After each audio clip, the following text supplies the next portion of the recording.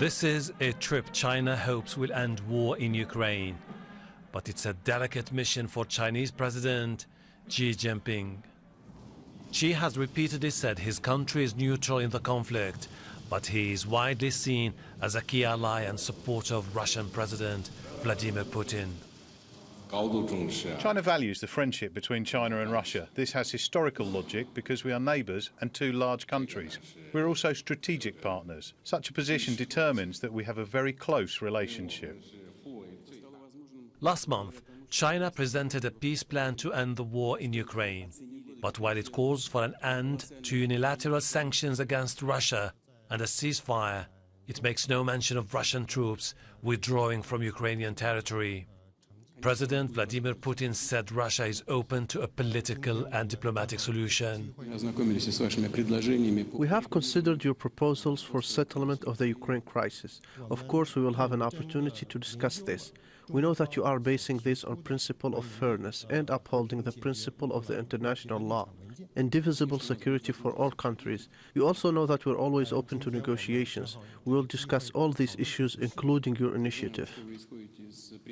Following his trip to Moscow, President Xi Jinping is likely to speak with Ukrainian leader Volodymyr Zelensky for the first time since the start of the war.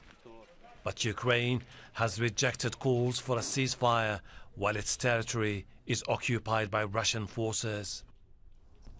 Beijing also faces another challenge, convincing Western leaders who remain largely skeptical of its peace plan. We've clearly committed war crimes. The United States said it was designed to deflect attention from China's support for Putin. Washington has recently disclosed intelligence that China was considering sending secret shipments of weapons to Russia. And if that happens, the US warns it may impose economic sanctions on Beijing. Hashem Ahelbarra, Al Jazeera. Journalist Yulia Shapovalova has more on the meeting from Moscow. We know that the informal meeting between the Russian and Chinese leaders have finished. During the meeting, we heard from Vladimir Putin as saying that he had carefully read China's peace plan for a Ukrainian settlement. And we also know that the Russian president said that Beijing's plan could be discussed.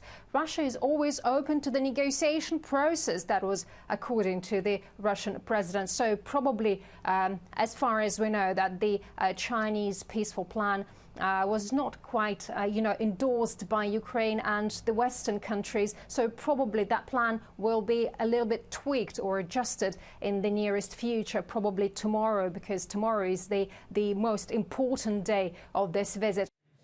And here now is Katrina Yu with the view from Beijing. China is trying to capitalize on the momentum of its successful brokering of peace between Saudi Arabia and Iran. And Xi Jinping is really looking at this visit, other than strengthening his ties with Vladimir Putin, as an opportunity to project China as a global power, as a peacemaker. Xi Jinping wants to get the attention particularly of countries perhaps in the developing world who might be a bit tired of seeing the US constantly as a leader and might be more open to China as an alternative. Now, we've seen in these opening shots this pleasantries and this chatting between Vladimir Putin and Xi Jinping. I think when it comes to geopolitics, we can't underestimate the importance of the strong personal rapport between these two leaders. 10 years ago, more than 10 years ago now, when President Xi Jinping became the leader of China, Russia was the first country he visited. And he said at the time that he was heralding a new chapter in Moscow-Beijing ties. And now we've had the two leaders meet more than 40 times. This is President Xi Jinping's 9th time in Moscow.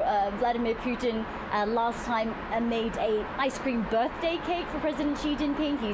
Putin himself has said that Xi Jinping is the only state leader that he celebrated his own birthday with.